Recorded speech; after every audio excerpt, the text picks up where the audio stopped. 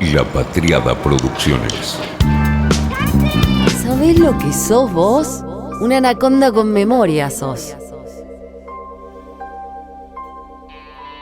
Reconozco que el whisky puede ser una bebida no muy sencilla, sobre todo la primera o las primeras veces te pega, ¿no? Te pega en el paladar. Y muchas veces está influenciada la compra de alguna botella mucho más por el marketing que por lo que esa botella contiene. Por supuesto que se saluda eso porque quien sepa vender de semejante manera algo sabe. Pero entonces está bueno averiguar qué tiene cada botella, cómo es cada whisky, cuáles son los tipos de whisky. Y entonces poder acceder a ese mundo no solamente por lo que nos venden en esa etiqueta, sino por lo que significa lo que dice esa etiqueta. Hay algunas marcas que te ponen valores 60.000, 65.000, 70.000, 80.000 pesos y muchísimo más, por supuesto, y se supone que eso es el verdadero y mejor whisky que podés probar. Y no, hay algunas que valen 7, 10 veces menos y me parece que son muchísimo más ricos y que tienen mejor calidad. Por eso me parece que lo que mejor se puede hacer es ayudar a conocer, a que se entienda y que cada vez que uno agarre una etiqueta sepa qué está comprando. Es como los alimentos, ¿no? Uno no sabe lo que está comprando y en esa etiqueta hay información. Es para eso que estoy intentando hacer esto. Ahora estoy tomando uno que se llama Arran. Es una destilería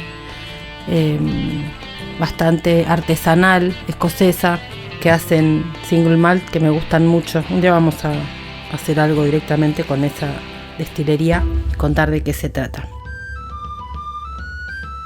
La idea de esta vez es hacer una especie como de clasecita sencilla de los tipos de whisky. Un primer recorrido para ver qué es lo que hay en esa botella si uno quiere leer, comprar, tomar.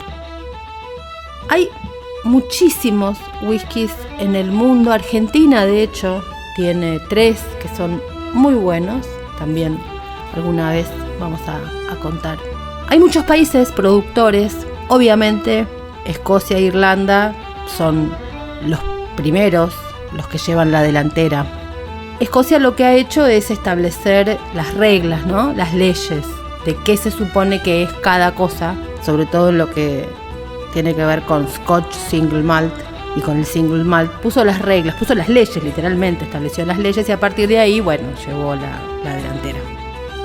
Hay una pequeña diferencia entre el whisky escocés y el irlandés, por razones que en otra oportunidad podemos detallar mejor, pero básicamente el escocés es, en general, por supuesto que hay diferencias, un poquitito más duro, digamos así, y el irlandés un poco más frutal. Eso tiene que ver con que en general el irlandés tiene triple destilación, entonces sale un poquito más amable para el paladar. El escocés es un poquito más duro. A mí me gusta más el escocés, pero también puede ser porque tengo acostumbrada la boca. Después tenemos el whisky canadiense. Seguramente si viste Mad Men, viste que había un montón de botellas y en general, si te fijas, decía Canadian. Es el famoso whisky canadiense, que es bastante similar al Bourbon. El Bourbon es el estadounidense, que tiene diferencias de producción, de estilo de producción.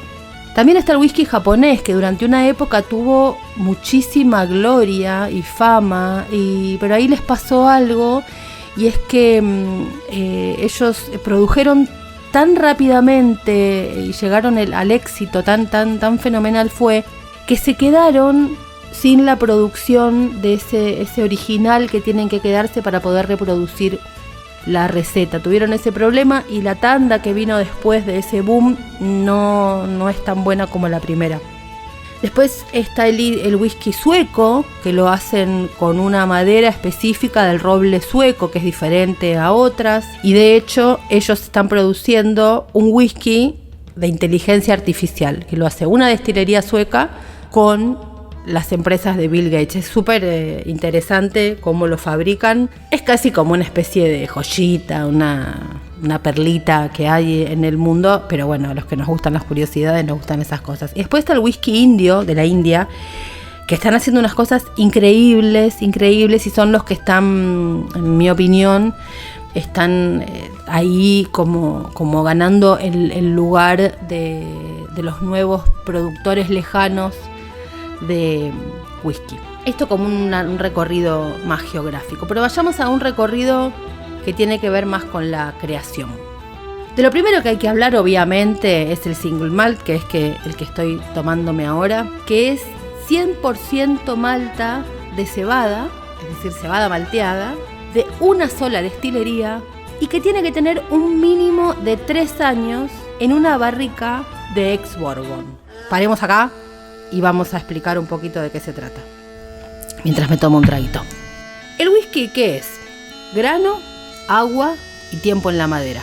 Para que sea single malt, tiene que ser producido 100% con cebada malteada, con malta de cebada, de una sola destilería, y tiene que tener un mínimo de 3 años en una barrica. Quiere decir que la gota más joven de lo que está en esa botella tiene que tener 3 años en una barrica. ¿Pero en qué barrica? En barrica de ex-bourbon, es decir, en las barricas que se utilizaron en los Estados Unidos para hacer el whisky de allá. Se importan esas barricas y se lo añeja en esa madera. Entonces, single malt es un 100% malta de cebada de una sola destilería con un mínimo de 3 años en barricas de roble de ex-bourbon. Eso dice la ley. Si un whisky no tiene eso, no es single malt. El blend, que es la mayoría, es una mezcla de 2 o más maltas de 2 o más destilerías. Por ejemplo, maíz y cebada. Eso puede ser una mezcla de 2 o más destilerías. El 85% de lo que Escocia vende de whisky es blend, o sea, es lo más vendido del mundo y es lo que vemos en general en casi todas las casas donde venden whiskies de cadenas, digamos. El conseguir el single malt en la Argentina, por lo menos, hay que meterse un poco más en el mundito del whisky. El añejamiento, que es en estas maderas, en este roble ex-bourbon. De hecho, hay algunos master blender que dicen que quien hace el whisky es la madera. No es ni el grano, ni el agua, ni el proceso. Es un poco una forma exagerada de decir, pero porque se le da mucha importancia. Ahí se añeja y puede pasar que en la última instancia se le dé como lo que se llama el toque final, el finish. Se ve eso en la etiqueta, que puede ser que se pongan barricas de Jerez, de Porto, de vino blanco o de cualquier otra bebida, y ahí adquiere un gustito diferente. Como decía, Escocia pone las reglas, establece la ley. Justamente el Scotch, como es el roble, es más rural, un poco más fuerte. Tanto Escocia como Irlanda, de todas maneras, compran esos barriles usados para hacer bourbon en Estados Unidos. Otra de las cosas que pueden aparecer en las etiquetas es que se lea el single cask. Eso quiere decir que es de una sola barrica. Además de ser de una sola destilería, puede ser de una sola barrica. No es lo más común y por eso se aclara. La mayoría de los whiskies son de blend de barricas, ¿no? O sea, de mezcla de barricas. El arte lo llevan adelante los master blender, que son como los Mick Jagger, las estrellas de rock del whisky, y ellos son los que deciden cuánto se pone de cada barrica en cada receta.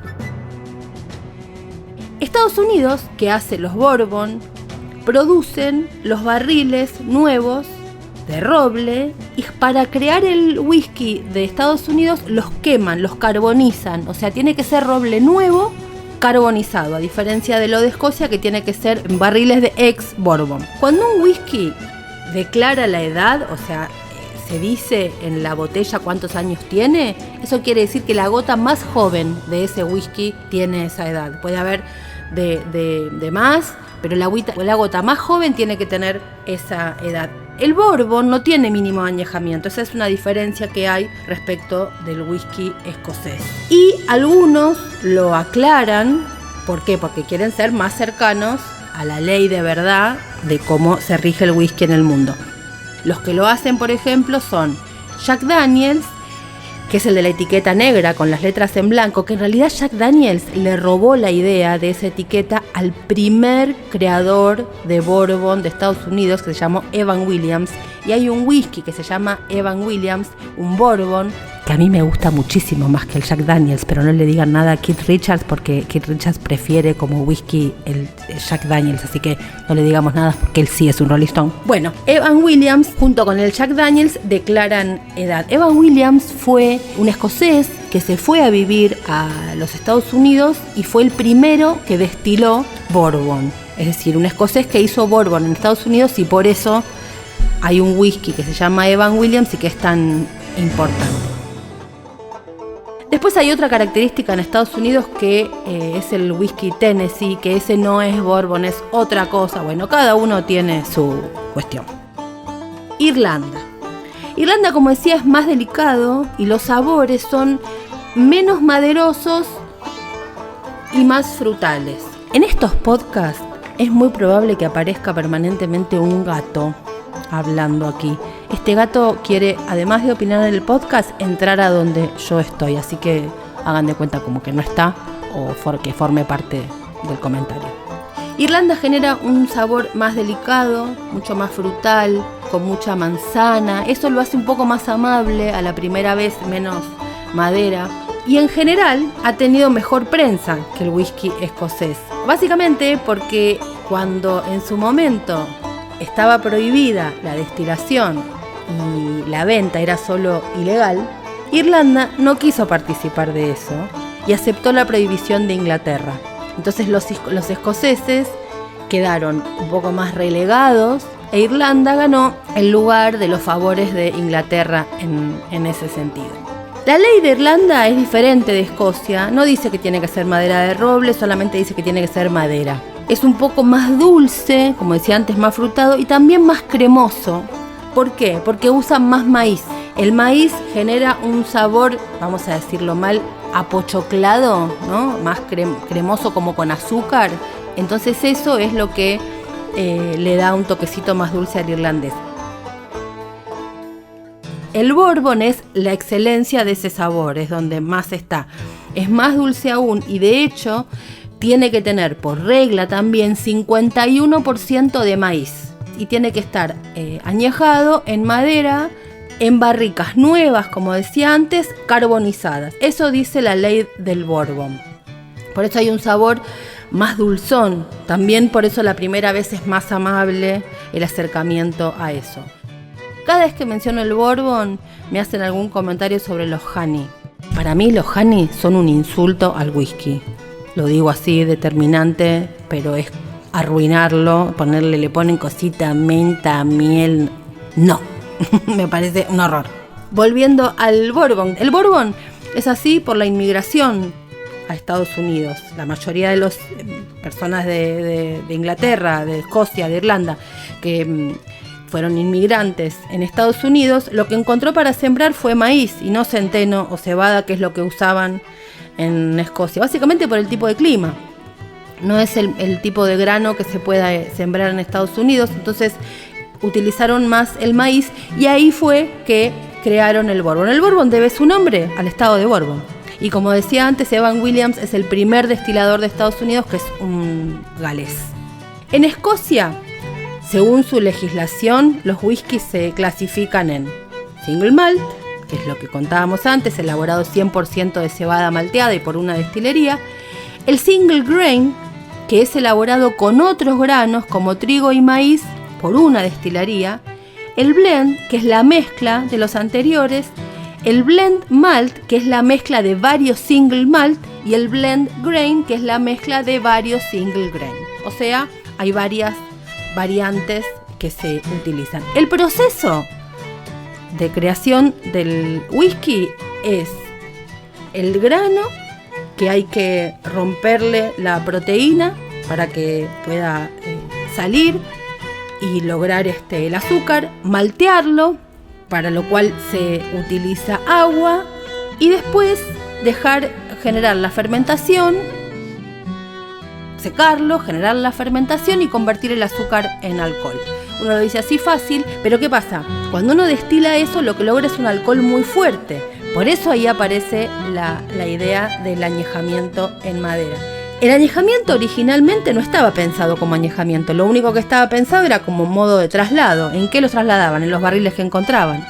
Y después hay otro gran misterio, pero que es para conversar en otra oportunidad, que es el alcohol que sale de la barrica directamente a la botella, la graduación alcohólica que tiene, y otros que después merecen otro proceso. Pero eso ya es una cosa muy química que yo hasta casi ni la termino de entender del todo, solo sé que algunos son muy arriba y muy abajo.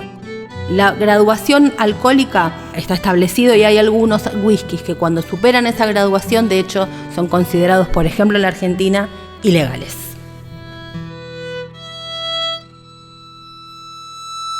Fue una realización de La Patriada Producciones.